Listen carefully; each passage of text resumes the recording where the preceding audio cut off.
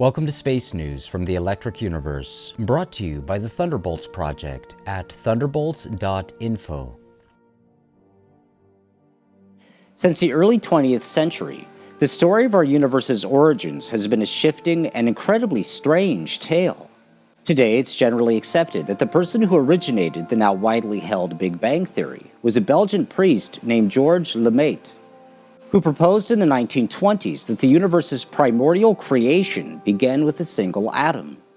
Around 1980, the physicist Alan Guth developed the idea of cosmic inflation, or the notion that physical space experienced an exponential expansion immediately after the Big Bang. On this series, we have reported on countless discoveries that in effect falsify the foundations of the Big Bang Theory. Nevertheless, it remains the dominant view in 21st century cosmology. In this episode, Thunderbolt's Picture of the Day managing editor Stephen Smith offers his analysis of the current state of Big Bang cosmology, and specifically, the evidence for and against cosmic inflation. Cosmology today is dominated by the Big Bang Theory. The theory's major premise is that there was once a void containing no matter, no space, and no time. For some unknown reason, a burst of energy from another realm of existence replaced the void with the present universe. The Big Bang Theory was developed because the astronomer Edwin Hubble believed that he observed remote galaxies receding from the Milky Way. The most surprising thing was not recession itself, but the high velocities associated with his measurements. According to his calculations, some galaxies were traveling away from his observatory at thousands of kilometers per second. Hubble arrived at his conclusion because of what was later called the redshift of light frequencies.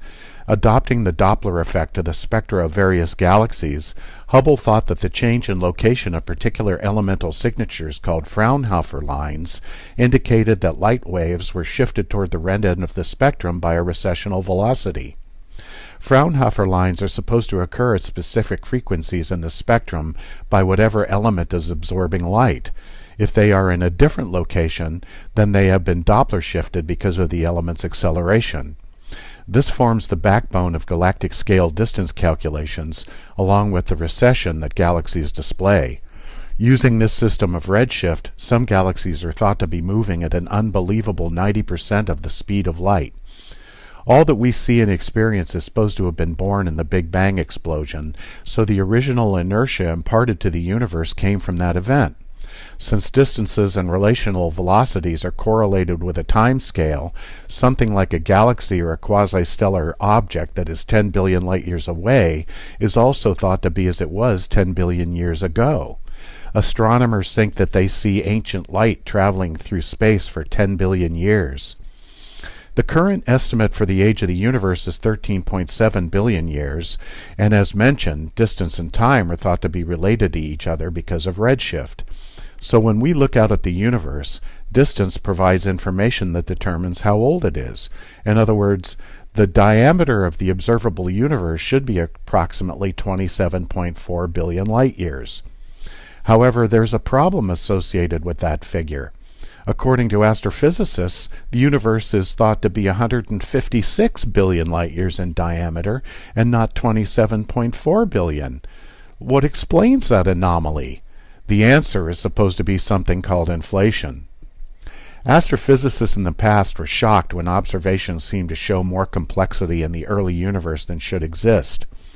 As the principle of inflation states, though, it's not merely the acceleration from the Big Bang that is affecting the spectra of remote galaxies, but it's that the space in which they are embedded is expanding. If it requires X amount of time for a galaxy to form, and the universe is Y years old, then a galaxy should not exist at time distances less than Y minus X. When such galaxies were seen, some other explanation had to be added to the Big Bang to account for them. So, objects that appear to be redshifted to extreme distances may not be as old as their spectra suggest. They're moving along with the expansion of space. As inflationary theory proposes, they're not as old as they appear to be because they're simply farther away. That dichotomy seems to demand that the early universe was expanding faster than the speed of light, since its size is more than 11 times greater than its age. Edwin Hubble's observations of galactic distances versus speed of recession led to another quandary. Galaxies that are far enough away move so fast that they must exceed the speed of light. That's known as the universal horizon, or the Hubble radius. It's a point beyond which instruments can never see, because light from over that horizon can never catch up to the expansion velocity of space. The theory of special relativity doesn't allow any object to reach the speed of light, let alone exceed it. So how do space scientists deal with that dilemma? They do so by ignoring the restrictions of special relativity and resorting instead to general relativity, where such restrictions don't exist. Since no information can be transmitted from beyond the Hubble radius, no violation of relativity occurs. Just how did these twists and turns in ideas, as well as the warping of time and space, come about? They're a direct result of the assumption that redshift correlates with distance. Modern cosmological systems are built without exception on that assumption. But what if Hubble's original premise was flawed? What if redshift is really a red herring? Where can we turn for an explanation? Well, we can look at the work of Halton Arp, an astronomer whose reputation was at least the equal of Edwin Hubble's. In the 1960s, astronomers discovered quasi-stellar objects, better known as quasars. They have large redshifts, implying that they're located near the farthest edge of the observable universe. Quasars are referred to as quasi-stellar because they're relatively small, little more than a light-year in diameter, yet they emit a lot of energy. So they're thought to be the most powerful continuously radiant objects in the universe. The only other active energy sources detectable at those vast distances are gamma-ray bursters.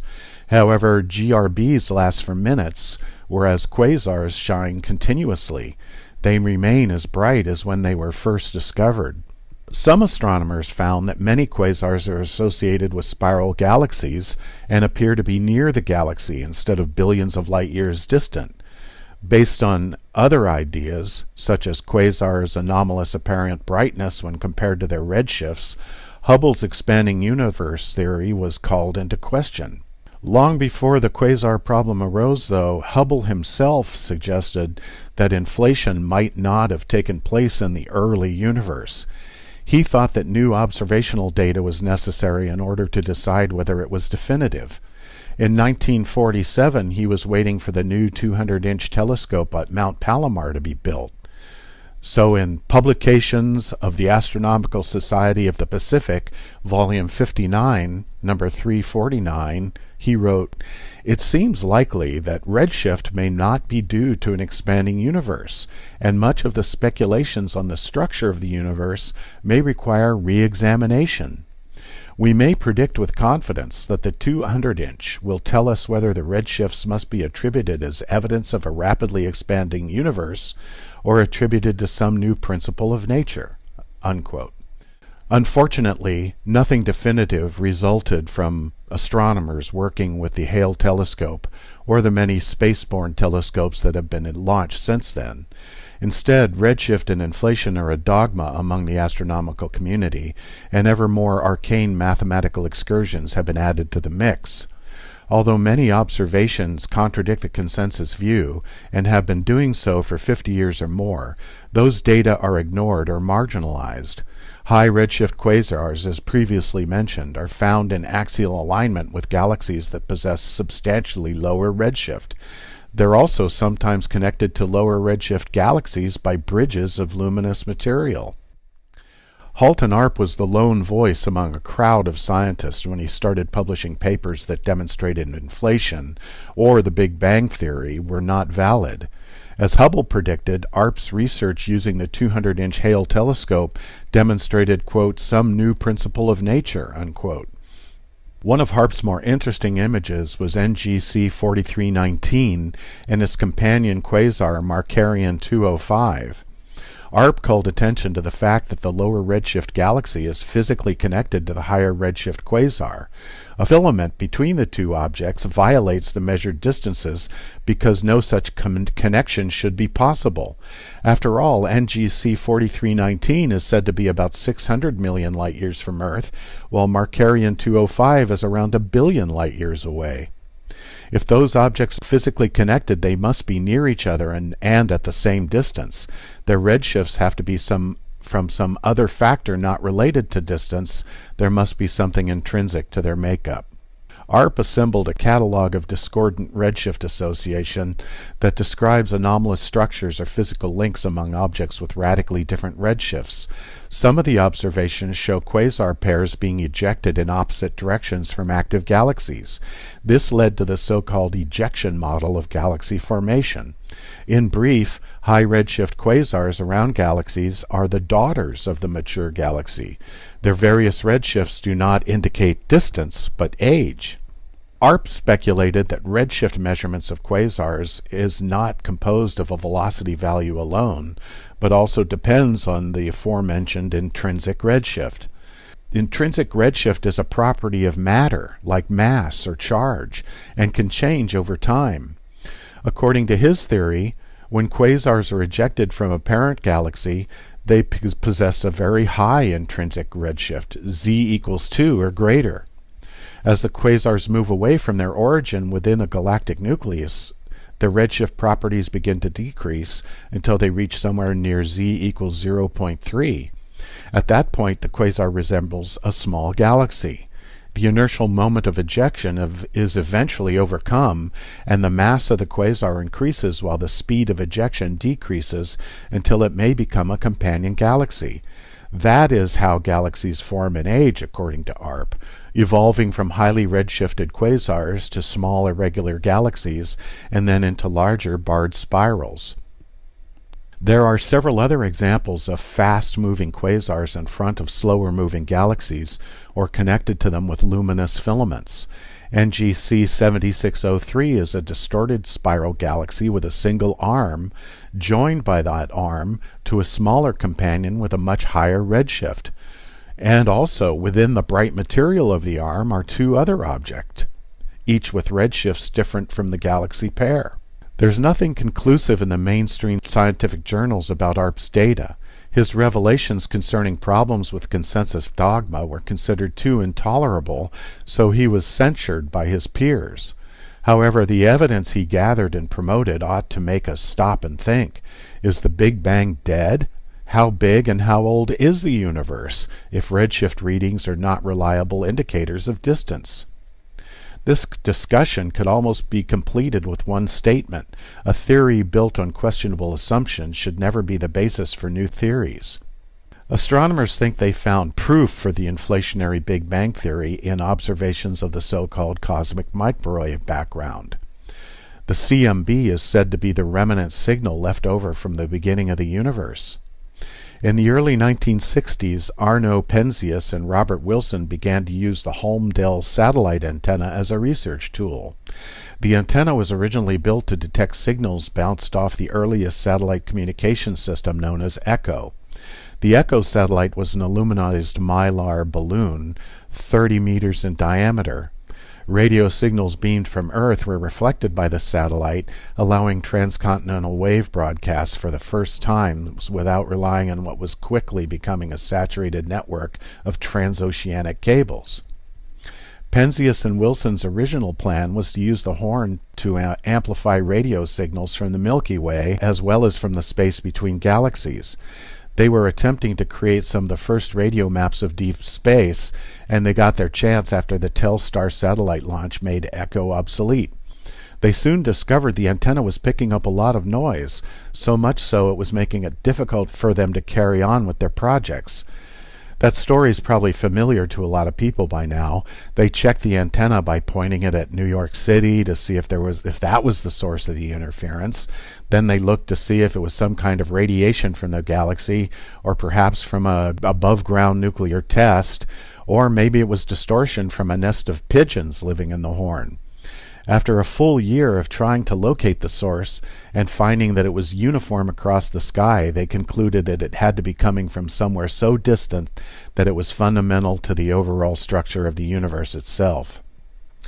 In 1964, Dr. Robert Dick of Princeton University, building on George Gamow's 1948 theory about the creation of heavy elements in what is now known as the Big Bang, proposed that there ought to be a 3 Kelvin glow left behind by the original creatio ex nihilo event.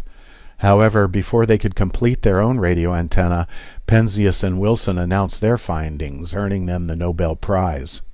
Robert Dicke remained heavily involved with the Big Bang Theory until his death in 1997. Dr. Alan Guth attended a lecture by Dicke in which he, Dicke, explained the problems with the Big Bang Theory at that time. One of those problems involved the question of density in the universe. If the universe contains insufficient mass, it will continue to expand until all the stars go out and all the matter loses its motion. This idea was called heat death. If there's greater density, then the universe will draw back in on itself due to the force of gravity into what is called the Big Crunch. Guth decided to tackle the problem since many other considerations too numerous for detailed explanation here began to emerge. One important discussion centered on why the universe appears so uniform. It looks pretty much the same no matter where instruments are pointed. His solution for the observed homogeneity of the universe in general and of the CMB in particular was a period of inflation. In August 1980, he published The Inflationary Universe, a possible solution to the horizon and flatness problems. Today, inflation is one of the foundational principles in Big Bang Theory because it quote-unquote solves the homogeneity problem. Suffice to say, space is not a substance any more than time is. Space cannot warp or bend or ripple or expand. Space is defined as the unlimited or incalculably great three-dimensional realm or expanse in which all material objects are located and in which all events occur. It's a domain without substance since it's where substance exists.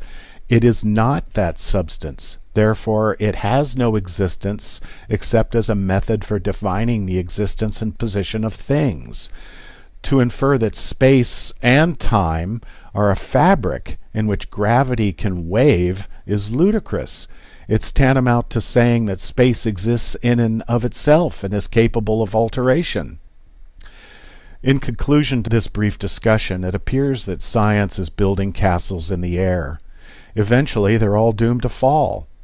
In the electric universe, conclusions are never based on the reification of abstractions. Instead, observations point to the electrical nature of the cosmos without the need for an endless series of ad hoc concepts designed to prop up sagging theories. For continuous updates on space news from the electric universe, stay tuned to thunderbolts.info.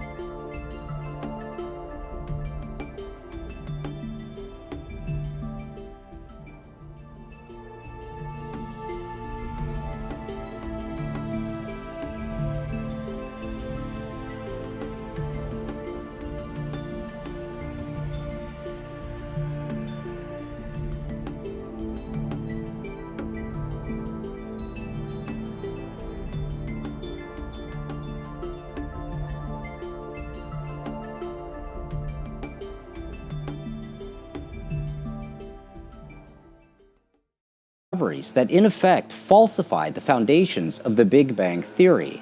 Nevertheless, it remains the dominant view in 21st century cosmology. In this episode, Thunderbolt's Picture of the Day managing editor Stephen Smith offers his analysis of the current state of Big Bang cosmology, and specifically, the evidence for and against cosmic inflation. Cosmology today is dominated by the Big Bang Theory. The theory's major